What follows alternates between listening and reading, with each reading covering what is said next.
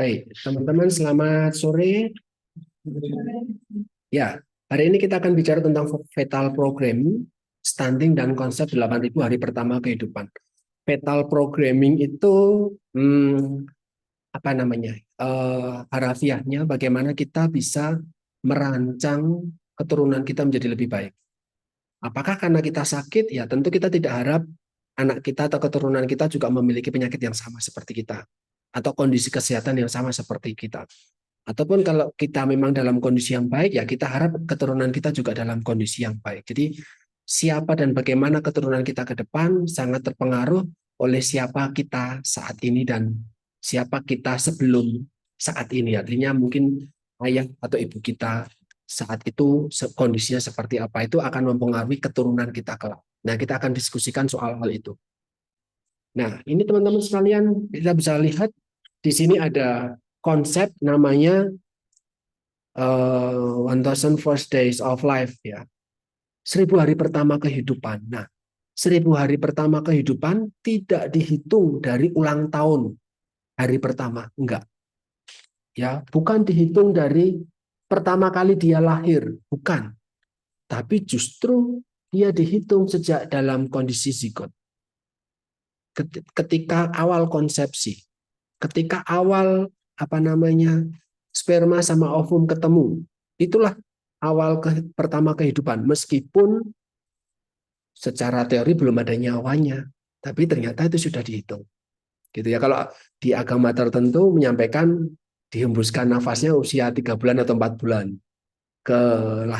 kehamilan seperti itu. Tetapi di usia sebelum itu, usia 0 hari itu sudah dianggap sebuah awal kehidupan. Nah, 1000 hari pertama ini ya dari usia minus 9 bulan sampai usia 2 tahun, 24 bulan gitu ya, itu dianggap sebagai golden period tumbuh kembang anak. Jadi 2 tahun pertama, atau bahkan ada yang bilang 3 tahun. 2 sampai 3 tahun itu golden age, usia emas. Kenapa? Karena di usia itu ada diutamakan pertumbuhan dan perkembangan sel otak. Jadi mereka akan belajar banyak, mereka akan tumbuh tidak cuma ke atas, tapi juga ke samping. Jadi jumlah dan massa itu bertambah semua.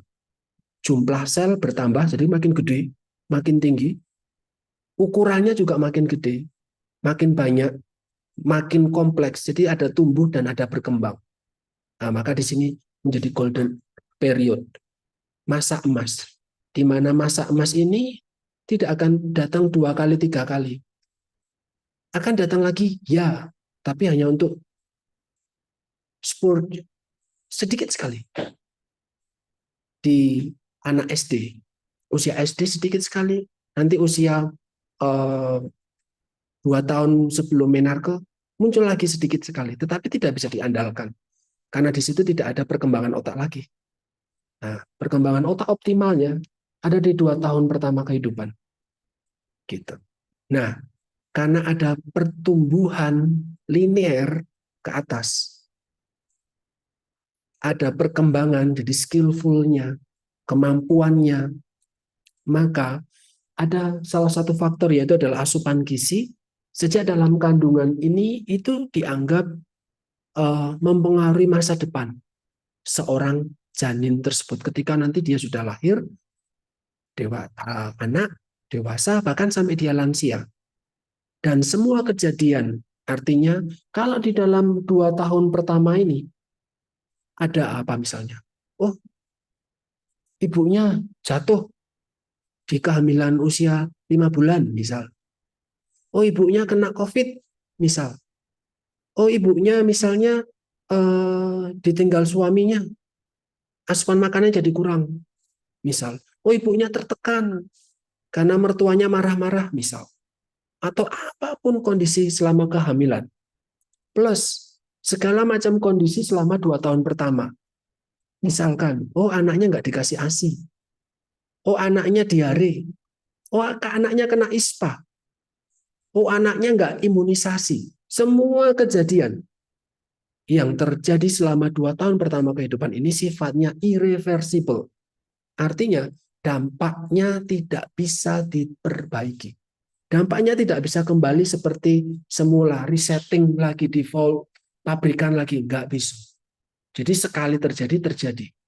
Sekali terjadi masalah diare, kemudian ISPA, diare berulang, kemudian berdampak pada penurunan berat badan, maka ingat yang paling diutamakan adalah otak dulu. Maka kalau otaknya berat badannya sudah turun, ya jangan harap otaknya mendapatkan asupan energi yang optimal, kan sampai berat badannya aja sampai bisa turun gitu loh. Ketika anak diare ataupun terkena penyakit infeksi seperti ISPA, misal seperti itu. Nah, ini semua kejadiannya adalah irreversible. Nah, gitu ya. Jadi ini uh, uh, konsep 1000 hari pertama kehidupan. Yang seperti itu bukan berarti salah ketika saya bilang ini adalah konsep lama. Enggak. Konsep itu tetap terjadi, ya benar. Tetapi tidak lagi ideal. Kenapa? Karena ternyata seperti tadi saya bilang, usia SD sebelum 2 tahun sebelum menarke, 2 sampai 3 tahun sebelum menarke, ternyata masih ada sisa-sisa kesempatan untuk tumbuh dan berkembang. Nah, maka di sini ada namanya sensitive and critical period. Maksudnya adalah ketika seseorang keluarga atau orang tua atau pengasuh itu paham dan tahu anak ketika di titik ini kemudian mendapatkan asupan makanan yang tepat, maka anak tersebut bisa tumbuh lebih baik lagi. Tapi ketika di masa itu tumbuh kembangnya tidak terpenuhi dengan baik, ya maka akan terkompromi pertumbuhannya. Jadi akan sangat sensitif. Nangkap ya? Dapat makan, bagus, nggak dapat makan, turun. Jadi sensitif dengan konsumsi makanan atau pola makan ataupun juga asupan gizi.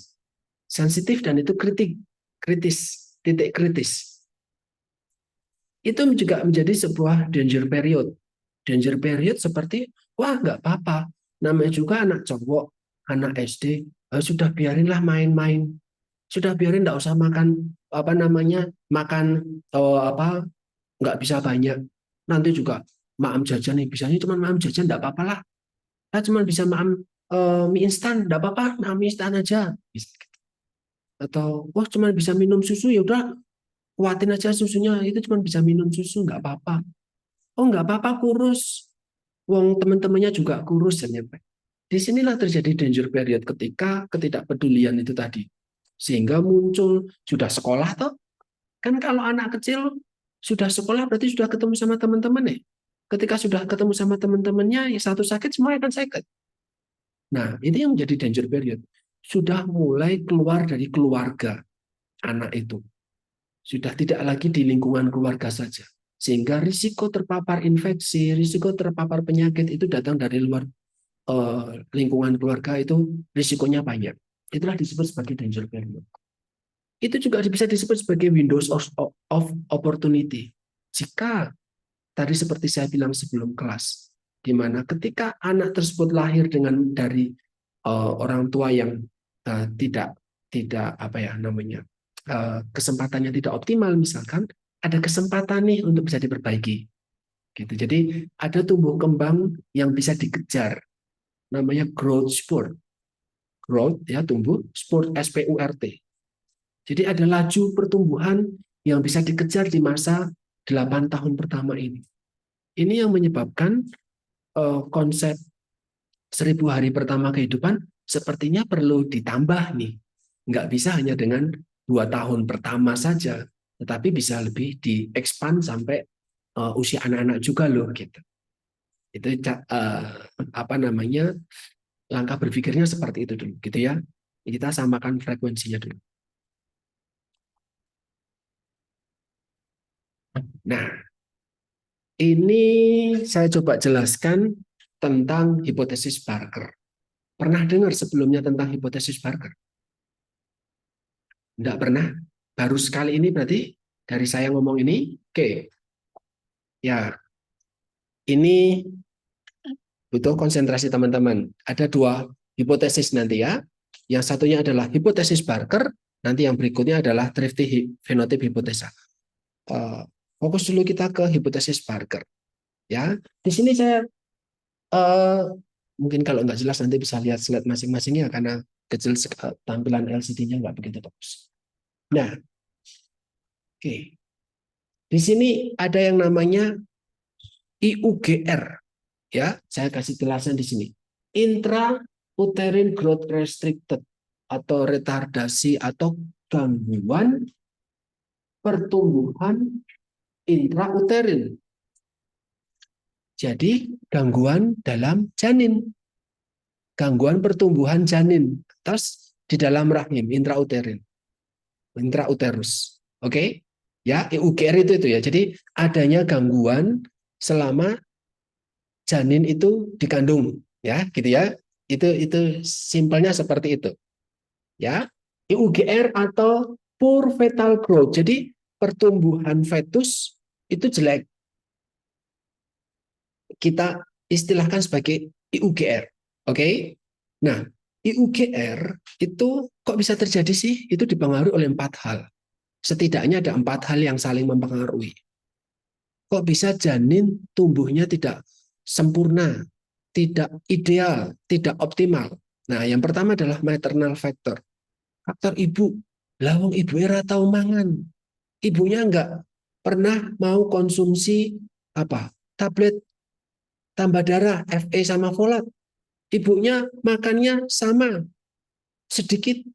Ibunya malah olahraga keras, misalnya kayak gitu. Atau ibunya justru mungkin malas-malasan, gitu. Atau ibunya sakit tertentu, misalnya seperti itu. Atau ibunya malah cuek sama kehamilannya, atau justru sebaliknya, justru sangat care. Nah, itu namanya maternal factor. Oke? Yang kemudian ada berikutnya adalah fetal factor. Jadi dari fetusnya yang bermasalah.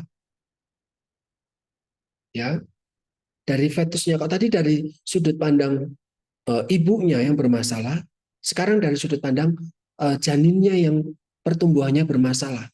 Ada apa? Ya kita tidak tahu ada masalah apa, kenapa janin jadi tidak optimal. Oh, bisa jadi mungkin ada gangguan tertentu di janinnya atau apa. Nah, yang ketiga adalah placental factor. Placental itu konektor antara ibu dengan janin.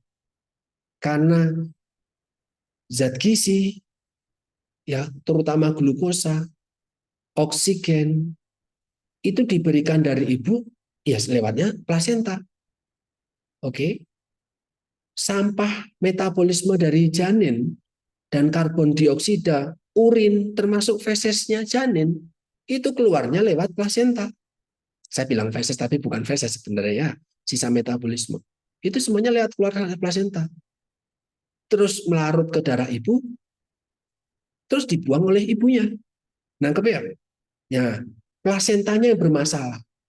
Kan artinya oksigen dari ibu, zat gizi dari ibu tidak tersalurkan dengan baik ke anak, kan gitu. Oke? Atau karena plasentanya bermasalah, sisa metabolisme dari anak tidak bisa tersalurkan ke ibu. Kan berarti anaknya penuh karbon dioksida. Bisa dibayangin ya? Selang bernafasnya tertutup. Karena salah satu kuncinya cuma di satu plasenta itu aja salurannya. Nah, salurannya bermasalah. Atau yang keempat adalah genetik. Genetik faktor yang dibawa oleh ibunya tadi. Nah, genetik faktor. Nah, itu 4 hal ini itu bertanggung jawab atas kenapa seseorang bayi bisa terganggu pertumbuhannya selama dia dalam kandungan. Ketika muncul EUGR, ketika kondisi EUGR muncul, salah satu kondisi yang terjadi adalah sel beta pankreas di dalam fetusnya sedikit. Beta pankreas memproduksi apa? Insulin. Maka bayi tersebut tidak memproduksi insulin dengan baik. Oke? Ketika bayi tidak memproduksi insulin dengan baik, bayinya mengalami hiperglikemi. Paham ya? Karena harusnya kan lewat plasenta tadi misalnya ibu mengirimkan oksigen sama mengirimkan glukosa. janin sudah bisa memproduksi sel beta, pankreasnya dia sudah berkembang. Jadi ketika dapat itu ya insulinnya membawa glukosa masuk ke sel anak untuk bisa dimetabolisme di dalam sel, di mitokondria. Tapi yang terjadi adalah sel beta pankreasnya mengalami penurunan. Dampaknya anak mengalami hiperglikemi. Ketika anak mengalami hiperglikemi, maka terjadi ini masalah poor fetal uptake of glucose and amino acid from mother. Jadi kemampuan anak untuk mengambil glukosa dan asam amino dari ibunya itu mengalami penurunan karena glukosanya sudah banyak. Ngapain ngambil lagi? Lu kok banyak? Lah ya, kan di darah banyak. Hiperglikemia sih. Ngapain ngambil lagi? Kalau kurang baru ngambil. Tapi ini enggak, di darah masih banyak. Tapi nggak bisa masuk ke sel karena insulinnya sedikit. Insulinnya sedikit karena sel betanya turun produksi nih. Oke? Nah, akhirnya ketika anak tidak mendapatkan asupan glukos dan asam amino secara ideal dari ibunya, ideal dan adekuat, maka muncullah kondisi namanya poor fetal growth, di mana terjadi epigenetik modifikasi. Nah, ini nanti saya jelaskan di slide berikutnya. Modifikasi epigenetik. Ya, sampai sini dulu. Mana tadi? Sampai sini dulu. Ini fetal growth ini sebelum posisinya dia sebelum hamil, sebelum dilahirkan, ya, sebelum dilahirkan. Kondisinya sudah terjadi epigenetik modifikasi, di mana bayi tersebut itu beta pankreasnya sedikit. Oke, ini kondisinya. Jadi settingan pabriknya beta pankreasnya sedikit. Oke ya, nangkap ya, settingan pabriknya itu. Nah, lahirlah anak tersebut. Ini kan asumsinya ibunya ada masalah, anaknya ada masalah, plasentanya ada masalah, atau genetiknya bermasalah gitu ya. Nah, kemudian ada ini yang namanya postnatal excessive nutrition. Postnatal artinya habis dilahirkan. Wah, syukuran. Wah, ekonomi membaik seperti saya kemarin ceritakan misal seperti itu.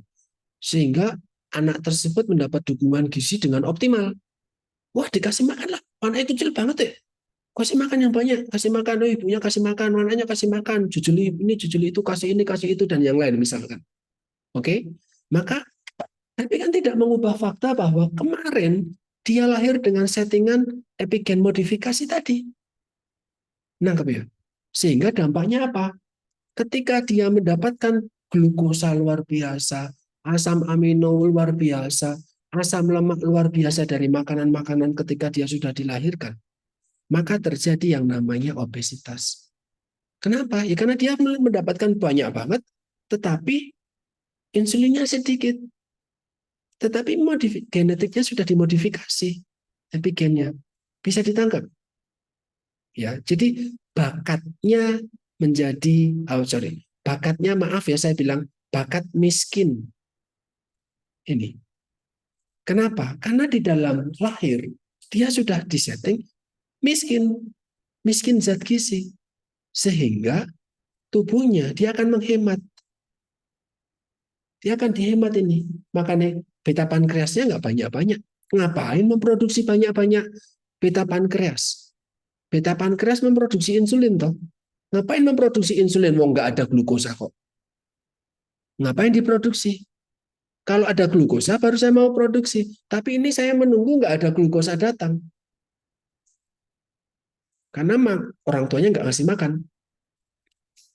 Maka sel beta pankreasnya stop. Jumlahnya juga sedikit. Maka insulinnya sedikit.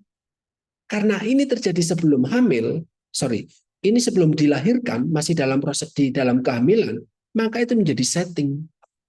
Oke, settingannya seperti ini. Nah, permasalahannya ketika dia sudah dilahirkan, settingan ini masih tetap dibawa, di mana produksi insulinnya tetap sedikit. Permasalahannya asupan makannya berlebih, eksesif. Sehingga anak tersebut, dewasa tersebut, atau remaja tersebut ketika dia sudah tumbuh ya, dia mendapatkan luar biasa banyak energi. Tapi insulinnya kan tetap sedikit. Nah terus siapa yang mau bawa itu energi ke dalam sel? Jadi nggak banyak. Maka energinya lebih banyak di peredaran darah. Di glukosa di peredaran darahnya banyak, asam lemak di peredaran darahnya banyak, asam amino banyak di peredaran darah. Jadilah dia obesitas.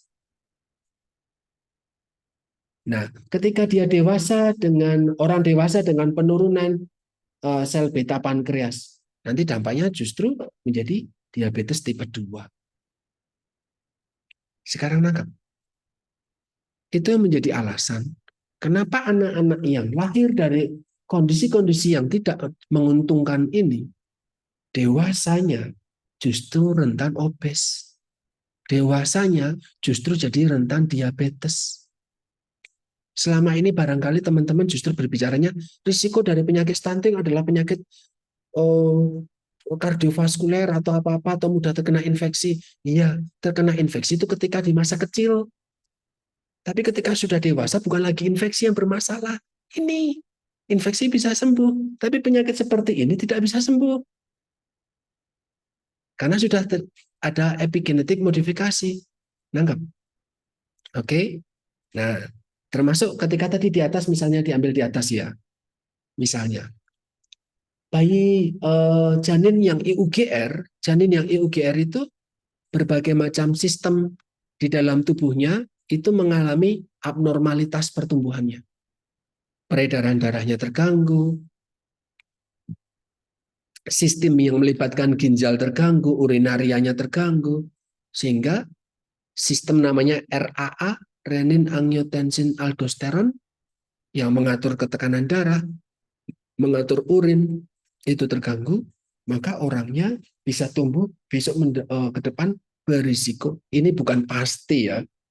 Ketika kita bicara teori seperti ini bukan pasti, tetapi mereka punya risiko tumbuh dengan metabolic syndrome. Kemarin di patofisiologi tentu teman-teman sudah bicara tentang metabolic syndrome, ya. Nah, jadi ini.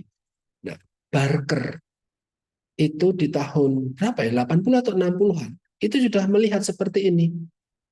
Bahwa orang-orang yang ya anak-anak atau orang dewasa atau anak-anak yang mengalami kejadian tertentu, mengalami permasalahan tertentu selama awal-awal kehidupan, dampaknya itu akan dibawa sampai nanti dia dewasa nanti. Dampak kesehatannya. Itu intinya seperti itu. Gitu ya. Jadi peristiwa selama awal tumbuh kembang, jadi dalam 1 atau 2 tahun pertama itu, peristiwa yang terjadi, apa peristiwanya? Ya UIGR salah satunya. Peristiwa ibunya misalnya jatuh kena COVID atau sakit apa-apa misalnya. Berdampak besar pada risiko perkembangan penyakit di usia dewasanya nanti. Gitu. Nah, itu Barker membuat hipotesis seperti itu, landasan berpikirnya seperti ini. Nah, anak-anak yang BBLR, berat badan bayi, lahir rendah, berapa? Cut off-nya berapa? BBLR itu berapa? Berapa, Mbak? Ya, batasnya adalah 2.500 gram. Ya, anak-anak yang mengalami riwayat BBLR, nah BBLR itu sebagai cut off, apa sebagai uh, uh, uh, apa namanya ya, ciri bahwa tumbuh IUGR tadi. Bayi yang tidak IUGR, asumsinya secara fisik dia panjang 48-an, secara berat 2.500 ke atas. Secara waktu dia tepat minggu lahir. Oke, ya itu tipikalnya seperti. Jadi bukan berarti wah berarti di atas 2.500 pasti bagus dong. Belum tentu juga. Nanti kalau bayi 4.000, bayi 5.000 ada. Tapi justru itu bermasalah. Itu tipikal kalau bayinya gemuk itu ada bermasalah. Ibunya diabetes bisa jadi. Nah, gitu ya, paham ya. Jadi terlalu kecil bermasalah, terlalu besar juga ada Itu menjadi tipikal masalah. Ya, ya ini berkaitan dengan penyakit arteri koronaria, hipertensi, obesiti, dan resistensi insulin di usia dewasanya nanti. Bisa ditangkap ini, Mbak, Mas semua? Oke, ada yang belum dipahami? Oke, Mbak. Di yang tertentu jadinya diabetes mellitus kedua ya Pak. Kan sebenarnya masalah di awal juga yang dipermasalahkan adalah produksi beta selangnya itu kurang. Jadi nggak bisa produksi insulin. Yang sebenarnya kalau mau diabetes kedua itu kan masalahnya di fisiologi itu lebih ke resistensi insulin. Yang kekurangan beta sel itu lebih ke tipe 1. Kalau kayak gitu jadi gimana? Ini loh, asupan. Kalau tipe 1 diabetes, itu kan membutuhkan insulin. Dia dependent of insulin. Depend on insulin. Sehingga dia tergantung. Apakah tubuhnya memproduksi insulin pada DM tipe 1? Tidak. Kalau DM tipe 2 masih produksi? Masih. Either jumlahnya mungkin sedikit, jumlahnya cukup tapi mungkin nggak sensitif. Nah ini less beta cell. Adult with decreased beta cell. Ada produksinya. Tapi sedikit. Tapi di sisi lain, pola makannya nih loh.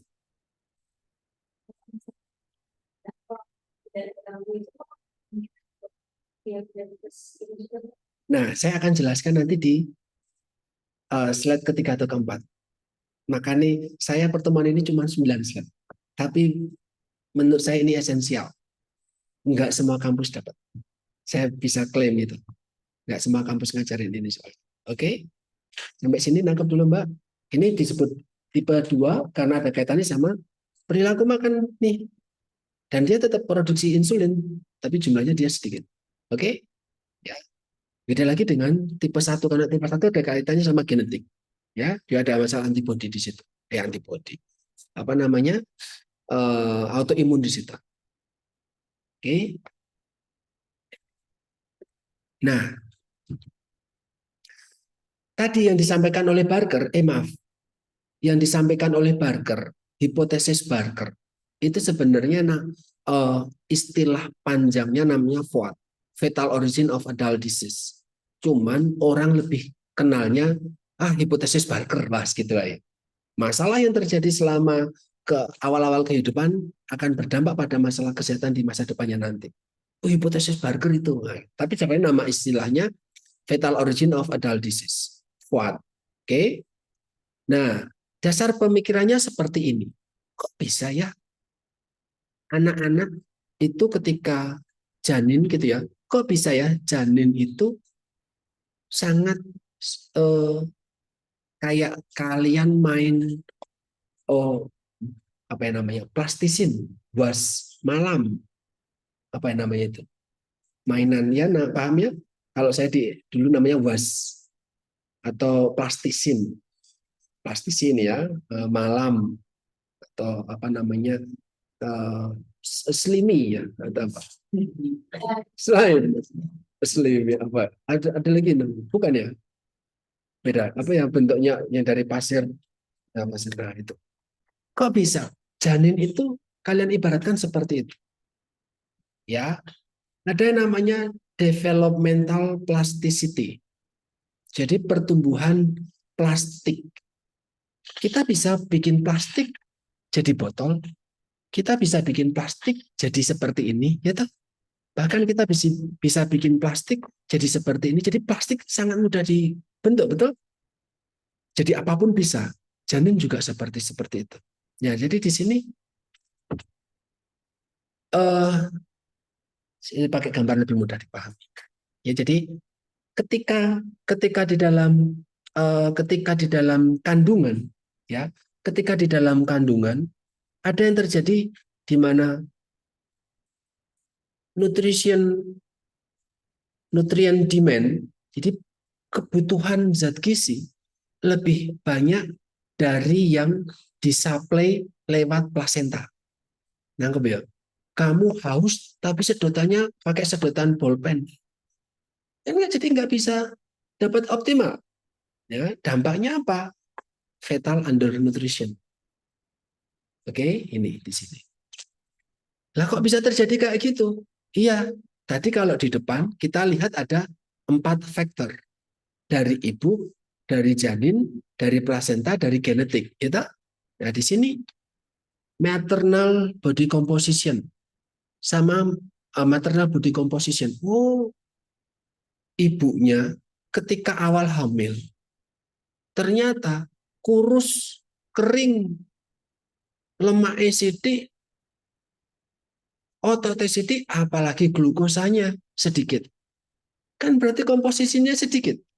Mau bagaimana ngasih kebutuhan anak yang meningkat kalau yang diberikan oleh ibunya sedikit. Paham ya? Itulah sebabnya ibu sebelum hamil kalau bisa jangan KEK. Harus di atas 23,5. Nangkep ya? Karena kalau di bawah 23,5, asumsinya adalah buat ibunya saja kurang. Kok mau ngasih ke anaknya? Mau ngasih apa? Nangkep ya? Oke, itu. Terus kemudian maternal dietary intake. Asupan ibunya kan anaknya nggak bisa makan. Dia harus lewat ibunya. Maka mau nggak mau, ibunya harus makan lebih banyak. Gitu. Ketika kondisi hamil, ibu itu, tubuh ibu akan lebih mengutamakan pemecahan lemak. Sedangkan glukosa yang diproduksi oleh metabolisme ibu diberikan kepada janinnya. Oke, karena glukosa kan siap serap. Glukosa itu kan siap pakai. Tapi kalau asam lemak kan masih harus pakai di metabolisme bla bla bla bla bla. Kalau glukosa kan cepat. Sehingga ibu lebih mengutamakan lipolisis. Kalau anak nanti ada dia mengutamakan metabolisme glukosanya. Jadi kalau kamu makan, maka kamu lebih dulu, ibu itu akan memecah jaringan lemaknya. Itulah kenapa perempuan jaringan lemaknya harus lebih banyak. Karena nanti ketika dia hamil, jaringan lemak itu akan dipakai untuk dirinya. Nangkep ya? Untuk dirinya pasca diambil baru untuk anaknya ketika dia bentuknya menjadi air susu misal seperti itu. Tapi kalau dia masih dalam kehamilan, untuk kebutuhan dirinya. Jadi kalian bisa bayangin kalau ibu hamil kurus kering, dia nggak mungkin dapat glukosa, dia dapatnya lemak. Lah lemak mana lagi yang mau dipecah? Oke, nah gitu ya. Terus kemudian uteroplacental blood flow. Wah, ternyata aliran darah dari uterus rahim ibu ke plasenta ternyata mungkin bermasalah. Aliran darahnya bermasalah. Yang bermasalah misalnya seperti ini. Ingat ya waktu itu pernah disampaikan rokok, paparan asap rokok ternyata menyebabkan anak berisiko stunting.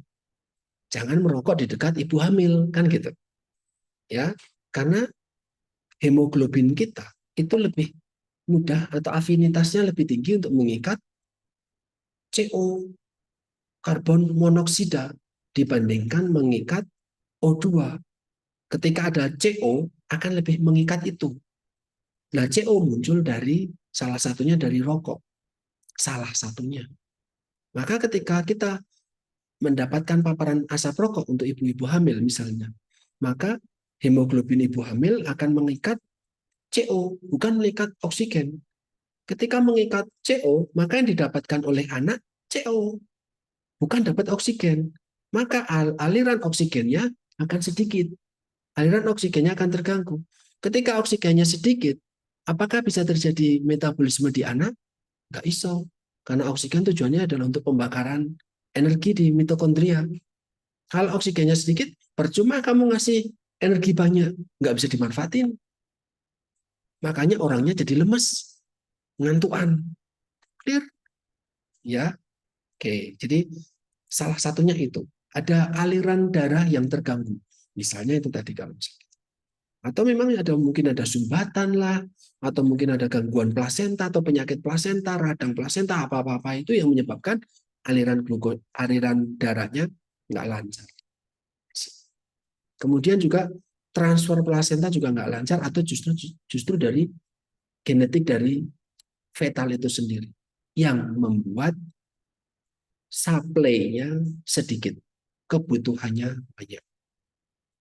Dampaknya apa? Maka anak tersebut mengalami hipokalsemia, aliran darahnya rendah, kemudian mengalami perubahan metabolik, ada asam amino asid aksido oksidasi di sini, dan kemudian juga ada perubahan endokrin. Dampaknya ada fetal programming. Fetal programming yang gimana? Ya artinya adalah adanya penyesuaian. Kenapa disesuaikan? Ya wong saya cuma dapatnya sidik kok. Ya pengeluaran saya disesuaikan dengan pendapatan saya lah. Nangkep ya? Oke, cara bodohnya seperti itu memahaminya. Ya di sini. Jadi ada masa, ada momen, ada waktu di mana seseorang manusia itu sangat sensitif atau plasticity terhadap lingkungannya. Itu sebagai sebuah proses adaptasi. Ini kan janin ini golek energi angel raram toh. Dapetin oksigen susahnya minta ampun toh. Dapetin zat gizi susahnya minta ampun dari ibu, anak, plasenta yang bermasalah dan yang lain. Kan dia dapatnya susah sekali. Kalau dia dapatnya susah sekali, maka semua metabolisme di dalam dirinya akan menyesuaikan beradaptasi dengan lingkungan yang susah seperti itu. Nangkep? Ya, semacam tanaman tidak mungkin tumbuh dengan subur di tanah yang kering. Dia bisa tumbuh, iya, tapi kurus. Tapi dia tetap tumbuh. Tetap bisa tumbuh, tapi kurus, misalnya seperti itu. Nah, ini terjadi proses plastik ya, sensitif, dan dia ada adaptasi. Ketika menghadapi kondisi malnutrisi, janin akan mengalami remodeling, akan diubah strukturnya, fungsi organ-organnya yang dianggap A nomor 2, A nomor 3, A nomor 4, yang tidak diprioritaskan untuk memprioritaskan sing penting hidup. Ya, jadi yang penting syarafnya terbentuk dulu. Yang penting otaknya bisa jalan dulu. Yang penting jantungnya bisa berdetak dulu. Yang penting hidup. Tapi apakah hidupnya bagus? Apakah fungsinya optimal? Enggak lah. Wong apa adanya gitu. Nangkep ya? Wah, dapatnya bensin oplosan. Yang satunya pakai Pertamax turbo. Ya tentu berbeda lah. Nangkep ya? Larinya berbeda. Yang satunya makannya lengkap, yang satunya cuma nasi. Tok sama kerupuk W1. Ya tentu kemampuan dia berlari berbeda. Nah, itu konsepnya seperti yang penting bisa jalan. Raketang sidik-sidik macet ya yang penting bisa jalan. Nah, ini untuk kondisi janin seperti itu. Ya, namanya proses remodeling. Inilah yang disebut dengan fetal programming. Nah, fetal programming ini pada akhirnya tidak hanya terjadi ketika janinnya dalam kandungan saja. Ini kan masih dalam kandungan nih. Tadi ketika di depan saya sampaikan, di depan ini kan masih dalam kandungan nih. Fetal hyperglycemia. Tapi ternyata pemrograman ini, fetal programming ini tidak hanya sejak di kandungan saja, tapi meluas sampai dia sudah dilahirkan, sampai dia usia 5 tahun, bahkan sistem dan organ-organ dia terus beradaptasi sesuai dengan rangsangan-rangsangan yang muncul. Oh, pemberian makanan lah, dapat apa? Oh, dapat penyakit lah, bisa gitu. Dan sifatnya tidak bisa balik. Itu fatal origin of adult disease. Jadi penyakit di usia dewasa yang berawal dari kondisi di awalnya ketika dia dalam bentuk fetus. Oke, bisa dinangkap, bisa dipahami sampai sini? Ada yang mau ditanyakan dulu? Jangan ngantuk saya. Jangan ngantuk dulu. Masih 2 slide. Masih ada 7 slide lagi. Oke, ini fetal origin, ya, FOAT. Nah, ini dampak dari anak-anak yang IUGR. Saya tidak bilang bahwa anak-anak IUGR itu pasti sakit. No, no, belum. Ada risiko saja tetapi. Ya, ya di sini bayi IUGR intrauterine growth restricted atau retardasi mengalami modifikasi epigenetik di dalam uterus. Ada modifikasi epigenetik di dalam uterus dan postnatal. Ada modifikasi selama dia sudah dilahirkan. Dan dia memiliki gizi dan pertumbuhan yang abnormal, menyebabkan berbagai penyakit dewasa seperti ini. Jadi anaknya dia tetap bisa tumbuh, tetapi ketika dia sudah dewasa, di sini ada postnatal abnormal nutrition, artinya adalah ketika dia sudah dilahirkan, ada ada status gizi atau pemberian asupan makanan atau pemberian gizi yang abnormal, berlebih atau justru mungkin kurang. Oke, ya, itu akan berdampak bagi laki-laki atau dia perempuan, dia lebih risiko osteoporosis, masalah gangguan imun, jadi mudah terkena penyakit, kena penyakit degeneratif dan yang lain sampai mungkin termasuk poor cognitive performance. Karena sinaps di otaknya tidak mudah terkoneksi dengan baik ketika momennya dia berkembang, sehingga daya tangkapnya rendah. Pengetahuannya jadi kurang begitu terasa dengan baik. Oke, bisa ditangkap ya.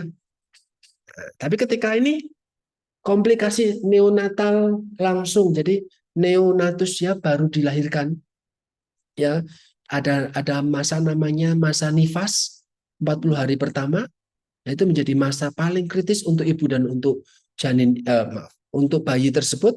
Nah ini komplikasi langsung di dalam masa-masa neonatus seperti itu, mulai dari gangguan aspirasi, bernafasnya bermasalah, disfungsi ginjal, ada gangguan imun, perdarahan paru, serum besinya juga sedikit, intrauterine fetal death.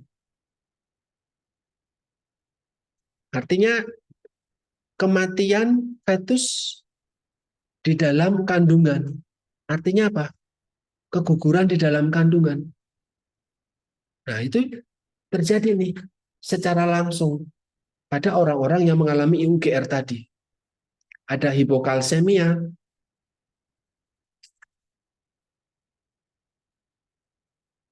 hipotermia, dan yang lain.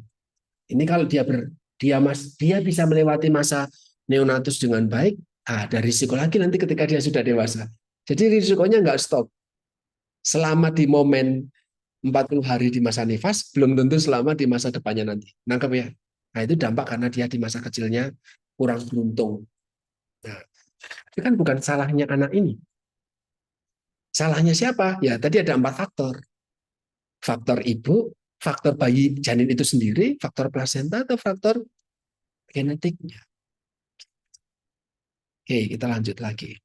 Nah, kalau tadi adalah FOAD, Fetal Origin of Adult Disease, sekarang saya mencoba menjawab pertanyaannya siapa tadi? Mbak Widya. Ya, ya, ada 2 kondisi, 2 kejadian. Ya, tadi punyanya Barker dipahami dulu. Oke, dipahami karena yang terjadi di Barker itu akan sedikit berbeda di 2 kondisi yang akan saya ceritakan ke kalian nanti. Jadi apa namanya? Eh, eh, ada 2 kondisi yang eh, apa ya namanya ya? Bisa saling jadi ada teori barulah gitu. Bukan kayak gitu aja gitu. Tidak berhenti di FOAD aja. Ya, ada 2 kondisi di masa lalu. Yang pertama adalah the Dutch famine. Ya, kelaparan Belanda. Ya, kelaparan yang sangat di bangsa Belanda. Jadi ternyata orang yang menjajah kita pernah dijajah. Nah, itu ya, the Dutch famine. Ya. Satu adalah di masyarakat Belanda, yang satunya lagi adalah di Rusia. Leningrad Six, ada pengepungan Leningrad, itu nama kota di Rusia di era dulu, tahun 40-an. Ya, jadi ada dua kejadian ya. Saya akan coba menceritakan satu persatu untuk teman-teman bisa paham. Yang tadi belajar tentang hipotesis Barker, yang sekarang belajar tentang thrifty phenotype hipotesa. Ya, ini saya senang banget materi ini karena ini materi saya 2008. Saya dapat materi ini dulu langsung suka. Jadi saya masih ingat betul ini. Thrifty itu pelit, fenotip hipotesa. Jadi hipotesa fenotip yang pelit. Kenapa fenotipnya pelit? Ya, nangkap ya. Kenapa pelit? Lah saya dapatnya segini kok. Saya kok mau mengeluarin banyak. Nah, misalnya gitu ya. Nangkap ya. Oke, saya mau cerita dulu. Di tahun 40-an, awal 40-an, ya, Jerman itu menjajah Belanda. Oke, Jerman menjajah Belanda. Walaupun di era itu kita juga dijajah sama Belanda, ya, tapi ternyata dia menjajah dan sedang dijajah. Oke, nangkap ya. Nah, di musim dingin dan musim semi, ya, musim dingin, musim semi. Musim dingin itu September, Oktober, November, Desember, ya, Oktober, November, Desember. Musim semi itu Januari, Februari, Maret. 6 bulan ya. Oke, itu dipegang. 6 bulan yang terjadi di sejak Oktober sampai Maret. Sekitar itu. Tahun 44 sampai 45. Jadi tidak sampai 1 tahun. Masanya sangat pendek. Oke? Nah, itu dipegang satu persatu dulu.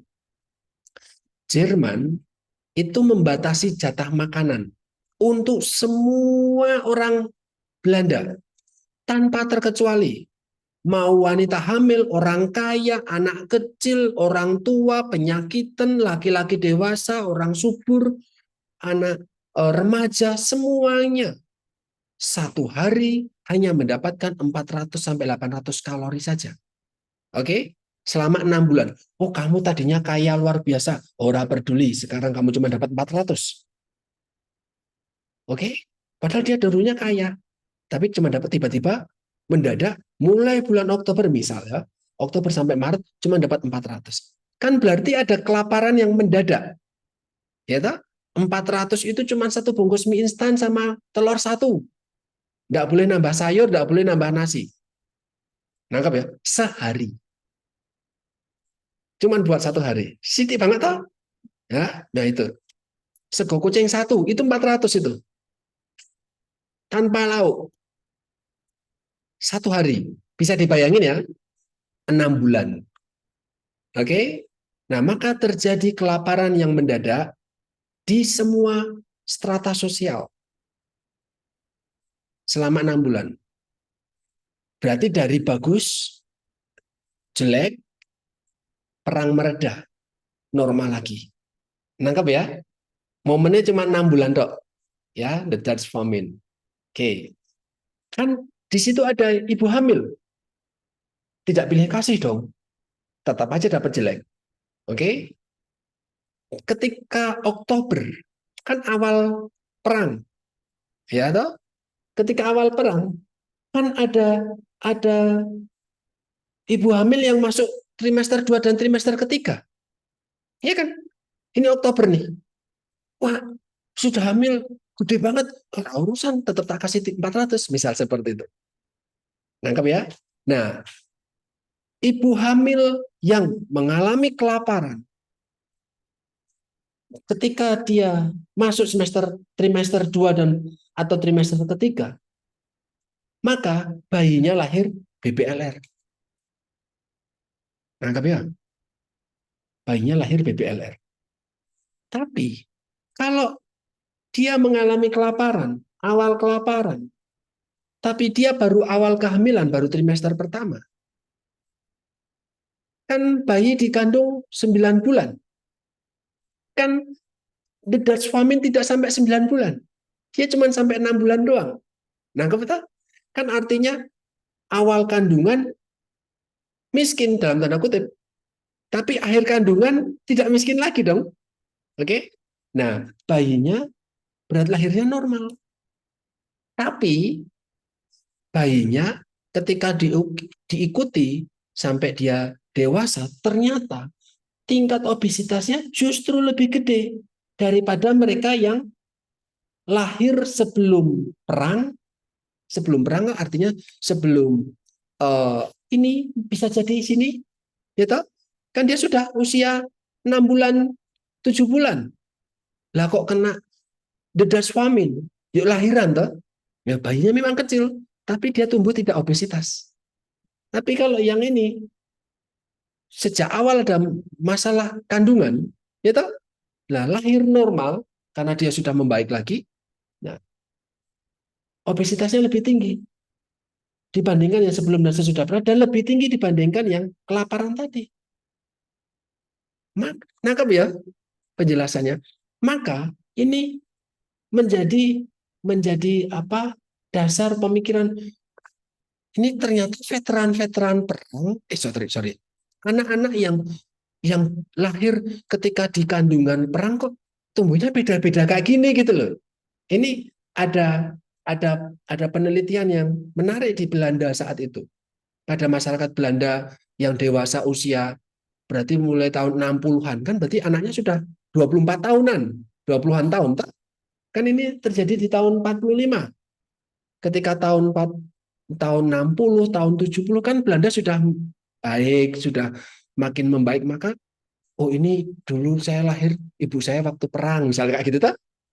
Tapi kok secara postur beda-beda. Nah, itu yang menyebabkan penelitian ini muncul waktu itu.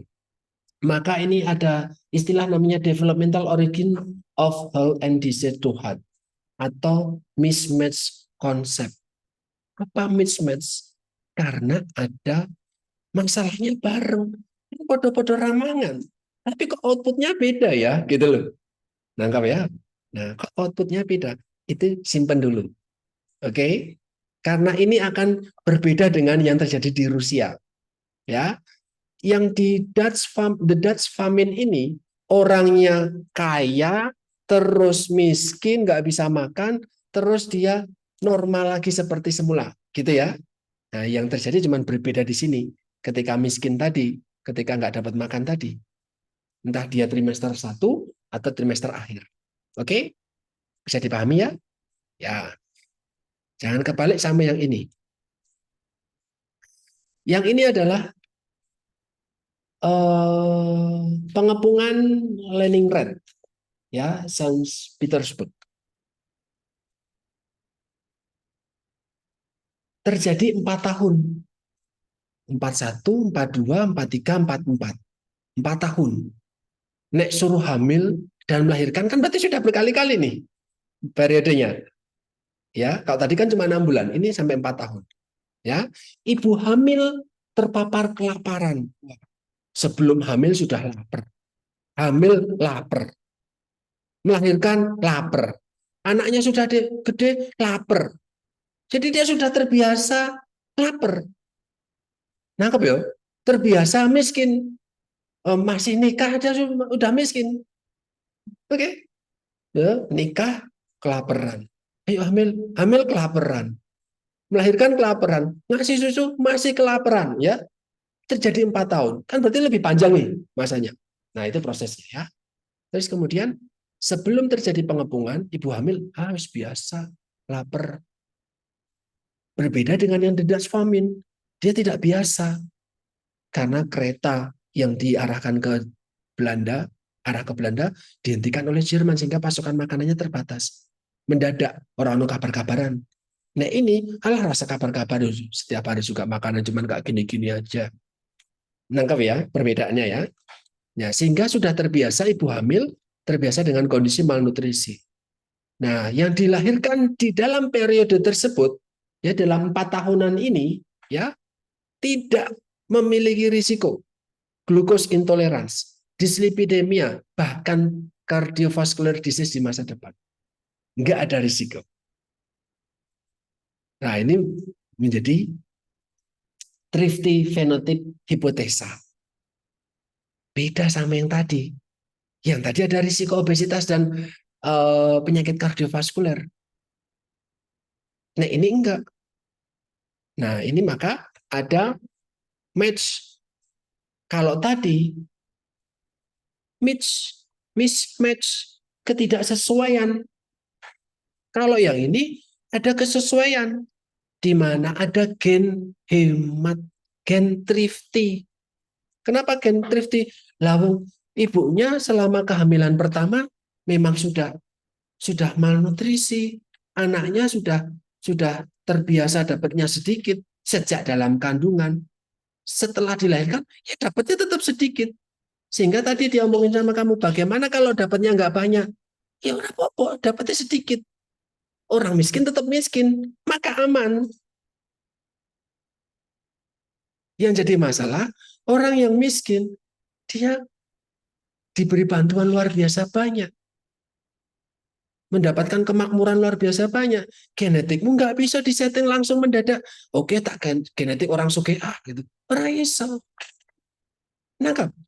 Maka ketika ini ada kecocokan antara gen hemat yang dimiliki sejak dalam kandungan dengan kehidupan di luar kandungan. Jadi risiko PTM-nya aman. Kita ngomong penyakit tidak menular. Saya nggak ngomong penyakit menularnya. Nah, dia bisa jadi malnutrisi terus. Ayo, dia jadi stunting, kurus kecil. Ayo, tapi kan tidak PTM karena tidak overnutrition. Nangkep ya? Nah, itu dia. Berbeda dengan yang ini dohat. Dohat yang the Dutch famine. Jadi ketika bicara tentang thrifty phenotype hipotesa, kita harus bicara dua momen besar sejarah ini. Nggak bisa satu belajar hanya the Dutch famine aja, nggak bisa. Nah, kalau the Dutch famine ada mismatch konsep, nggak ada apa gen pelit. Gen pelit ini terjadi di sini nih berarti toh. Gitu. Ketika kehamilan pertama gen pelit. Tapi permasalahannya sebelum lahir atau pasca dia lahir, wah dia dapat dapat makanan cukup nih. Gitu. Nah, kalau yang ini dia gennya kan nggak pelit. Kenapa? Karena pembentukan utama di trimester pertama terjadinya. Struktur utama manusia itu termasuk gen dan yang lain itu terbentuk di trimester pertama. Kalau trimester pertamamu baik, ke depannya insya Allah baik. Nah, ini trimester pertamanya kan dia belum perang, masih kaya. Lah kok tidak beruntungnya di trimester kedua atau trimester ketiga dia ada masalah.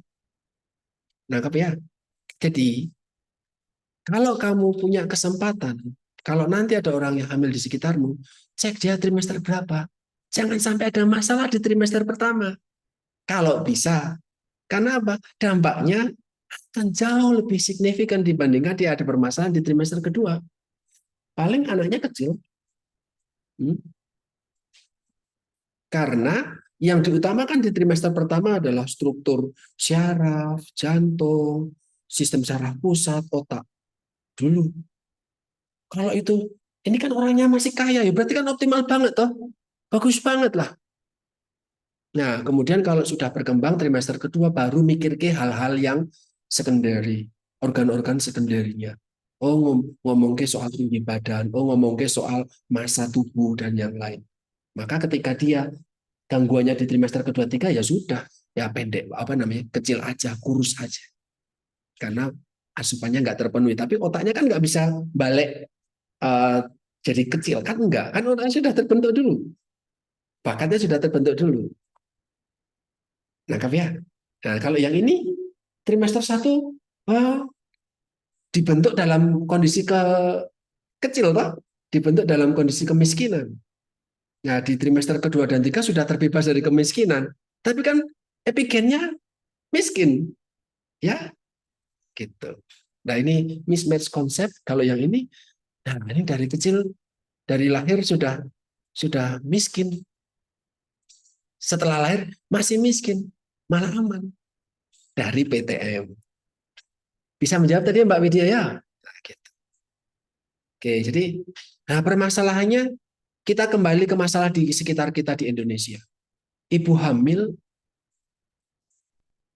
punya risikonya lebih tinggi mengalami berbagai masalah di trimester 1 atau 2, 3. Kenapa? Bisa kayak gitu. Pertama nggak sadar kalau hamil. Ya toh, masih sembarangan. Makannya masih sedikit. Terus kemudian aktivitasnya masih tinggi. Kan masih bekerja nih. Kan orang bekerja baru akan berhenti setelah gede banget perutnya. Tapi sebelum gede masih aktif. Bekerja keras dan yang lain. Makanan masih belum dikontrol dengan baik misal. Di sisi lain ada keluhan mual muntah, morning sickness justru di masa-masa pertama. Jadi risiko kita nggak optimal itu justru lebih gede. Ya toh? Nah, gitu. Ya, ya. Ada yang mau ditanyain? Sudah 9 slide. 9 itu slide yang ini atau nggak salah. Pas tuh, kurang 10 menit. Ada yang mau tanyain? Sekarang semoga bisa membantu apa yang namanya eh, informasi ke teman-teman bahwa masalah di ibu hamil itu tidak sesimpel oh nanti bayinya lahir kecil atau apa namanya oh nanti bayinya underweight atau stunting. Kita nggak ngomongin itunya, tapi dampak ini itu dibawa sampai nanti ke depan, bukan di masa kecilnya aja, ya. Karena tadi dampaknya gambar ini jelas ini sampai nanti ke depan. Nah, bagaimana bisa kalau COVID kemarin berapa tahun? Hampir 2-3 tahun toh. Tapi kan tahun kedua, tahun ketiga kita sudah oke-oke. Tapi 1 tahun pertama kan kita belas nggak oke. Nah, bayi yang lahir di COVID itu bagaimana itu nanti? Termasuk anak saya di situ juga 2020. Kita belum tahu. 2045 kan kata Jokowi Indonesia emas. Itu means 20 tahun lagi. 20 tahun lagi anak saya 20 tahun lagi. Periode kuliah, periode lulus kuliah toh. 20-an tahun itu toh. Nah, apakah generasi-generasi anak saya itu menjadi generasi emas yang diharapkan? Padahal momennya ada momen permasalahan besar. The Dutch famine, the Indonesian famine, COVID. Bisa dibayangin situ. Ya toh? Kan masanya nggak lama tuh. Nggak lama. Dan kita segera recover itu. Nah, ini yang menjadi pertanyaan yang bakal bisa kita jawab nanti kalau anak-anak sudah gede. Ini yang terjadi juga ketika generasi 2098 yang saya ceritakan kemarin itu. 98, 99 itu kan mendadak juga seperti the Dutch famine. Karena era 97 ke bawah atau Mei April 98 ke sebelumnya relatif oke-oke aja. Walaupun nggak sepenuhnya oke, tapi masih oke-oke lah. Tapi ketika Mei 98 sampai 99 awal digantikan saat itu oleh Habibie, itu kan sangat mendadak dan chaos di seluruh Indonesia. Kan ada orang hamil di situ. Nah, dampaknya seperti apa? Ya seperti saya sampaikan ke teman-teman. Banyak anak-anak angkatan 2017 means dia usia ditarik lahir 98, itu lahiran tahun 98, posturnya pendek-pendek. Adapun yang pendek, gemuk. Dan nggak cuma di satu tempat sini, tapi mayoritas wilayah. Ya, nangkap jadi dan itu diasumsikan terulang kembali di era COVID kemarin. Cuman kita belum tahu karena yang lahir di COVID kemarin sekarang baru usia 3 tahun atau 4 tahun. 2-4 tahun. Yang kita akan panen kondisi mereka di 20 tahunan lagi. Pas Indonesia emas, tapi nggak tahu itu. Waduh. Nah, kita angkatan kerjanya kan pas anak saya 20-an tahun berarti. Oh, sekarang 2024, 3 tahun, kan berarti 2045, 21 tahun lagi. Pas 24 tahun, kan baru lulus kuliah mungkin. Ya kan? Nah, itu yang menjadi pertanyaan besok. Oke, ini bicara soal, kita review sedikit aja soal ini. Eh, Singgung sedikit aja, saya nggak akan banyak discuss.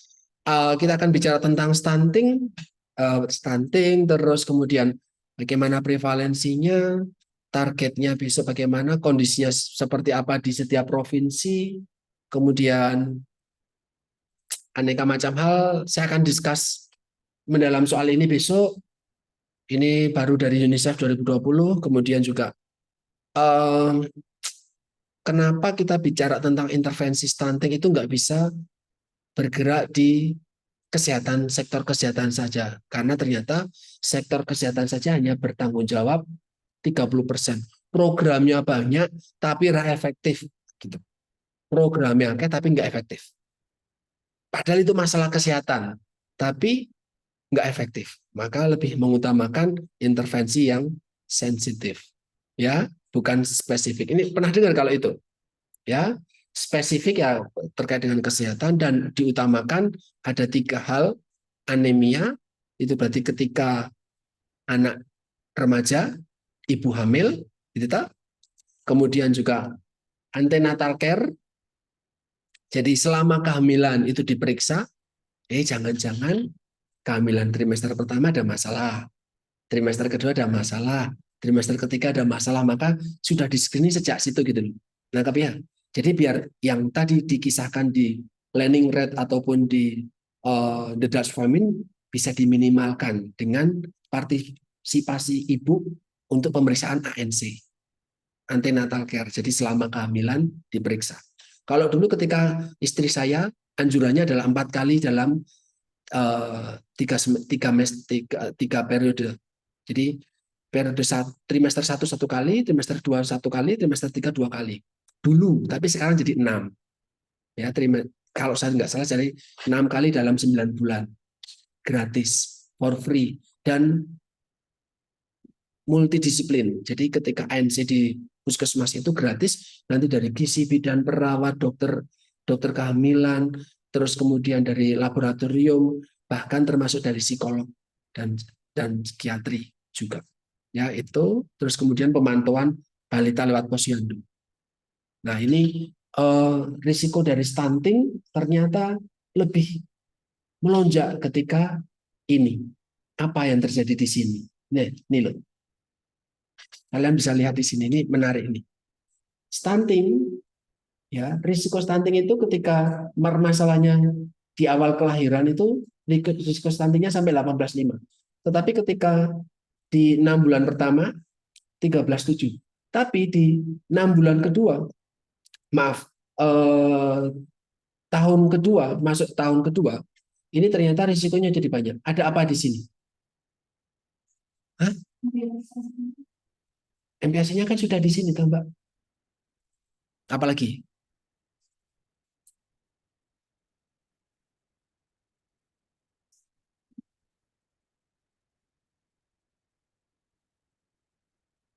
MPAC bukan dewa loh ya. Bukan satu-satunya dan itu yang menjadi superior. Ternyata bukan. Apa? Ini loh, usia 1 tahun kurang sama 1 sampai 2 tahun. Apa yang signifikan pada anak? Hah? Infeksinya kok bisa infeksi, Mas? Dampak dari mungkin ada yang kurang kecil berikutnya nanti dinya tumbuh di belakang. Belum. Apa? Yang berbeda di sini nih. Apa, Mbak Per?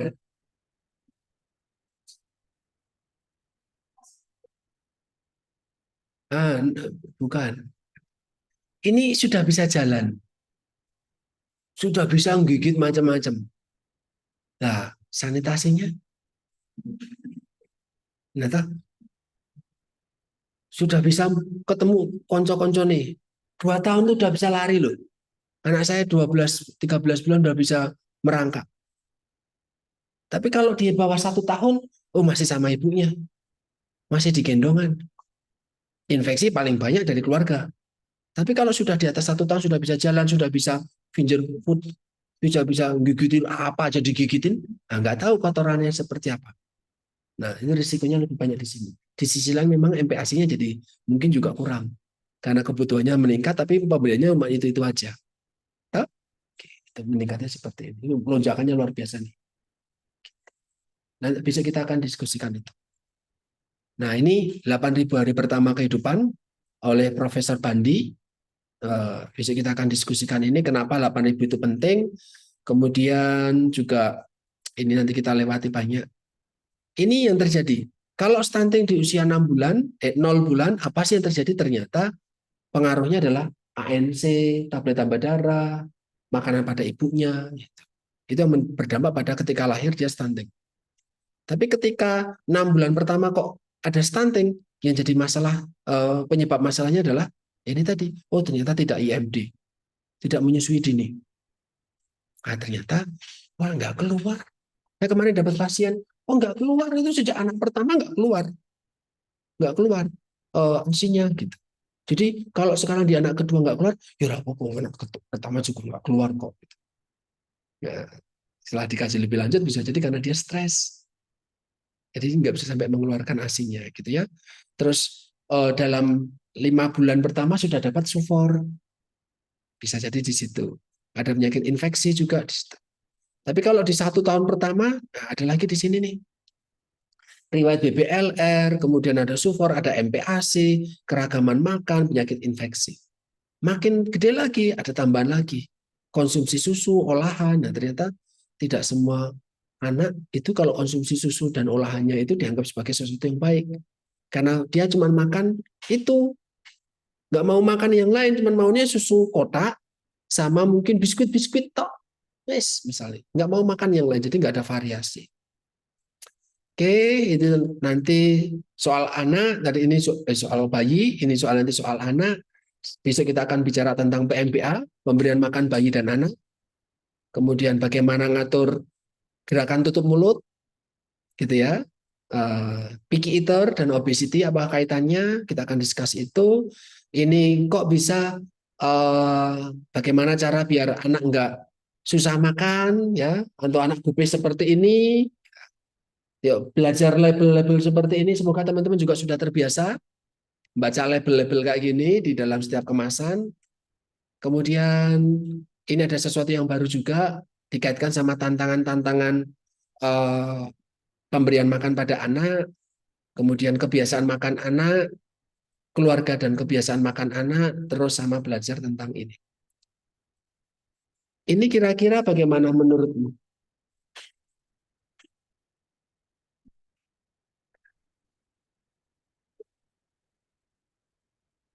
Pertumbuhannya.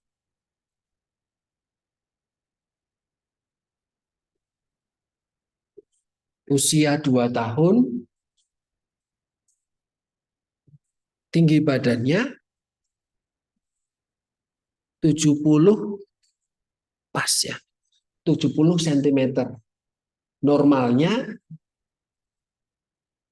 85-an. Kan berarti defisit 15. Mana ya 15 cm sendiri ya. Ini kalian bisa lihat nih. Ini kalau ini kan tinggi badannya. Ini yang tidak ada di KMS nih. KMS yang ini nih. Saya punya ini. KMS ini tahun berapa ya? Ini sepertinya KMS yang lama itu belum ada ininya. Jadi cuma ada berat badan saja. Sehingga tidak bisa mengetahui apakah anak menjadi stunting atau tidak. Nah, permasalahannya baru ada KMS terbaru yang ada ininya itu 2021. Karena anak saya lahir di akhir 2020 nggak dapat. Padahal tadi saya bilang bagaimana kita bisa men-track 20 tahun lagi jika dokumennya nggak ada. Gitu. Kan dokumen bagaimana ya tumbuh kembang anak ini di 2 tahun pertamanya. Wah, nggak dicatat, cuma dicatatnya berat badannya aja, kan gitu. Maksudnya, tadi kan saya ngomongin soal 20 tahun lagi. Ya, tapi kalau ternyata, oh ada KMS-nya, coba lihat buku KIA-nya. Loh, ternyata cuma berat badan. Gitu. Nggak ada ininya. Nah, ini di sini sudah -3 ke bawah ya. -3 itu yang garis warna hitam. -3 SD. Jadi sudah severe stunted ya. 2 tahun itu cuman 70 cm. Ini tahu kenapa anjlok kayak gini di usia 20 tahun ini? Lihat nggak gambarnya? Kurvanya ini loh. Kurvanya ini loh, ada gap di sini. Junction di sini. Ada gap. Tahu? Kenapa? Kenapa? Kenapa ada gap seperti ini nih di 2 tahun? Kok di tahun yang lain nggak ada? Hah? Ayo. Apa itu? Ah, ya, iya. Terus ya, yang membedakan panjang badan sama tinggi badan yang membedakan apa, Mbak? Gimana perhitungannya? Mengukur panjang badan tuh gimana? Tidur. Kalau tinggi badan, perbedaannya apa? Ah, iya.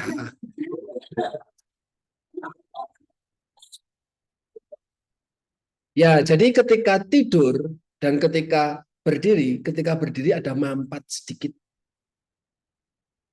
Entah, ada mampat sedikit. Nah, mampatnya inilah yang difasilitasi dengan ini. Itu sebabnya ketika bayi 2 tahun tapi sudah bisa berdiri, dia dihitungnya tidur atau berdiri. Sudah bisa berdiri nih. Hah? Berdiri. Ya, tapi dikurangi berapa?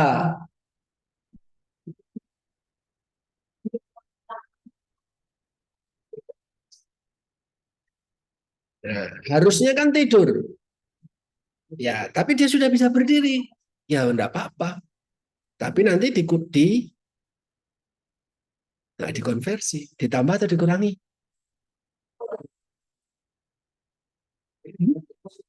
Tak keluarin di ujian aja kalau begitu. Ah, dikeluarin di ujian aja itu berarti toh. Oke, menarik toh. Prepare aja itu, nanti siap-siap di ujian. Oke. Terus ini isi piringku buat anak usia balita. Sudah, terima kasih. Itu buat pertemuan ke depan. Ada yang mau ditanyakan mungkin? Enggak? Ya. Semoga bisa menambah hasanah pemahaman teman-teman informasi yang diberikan hari ini. Terima kasih, selamat sore.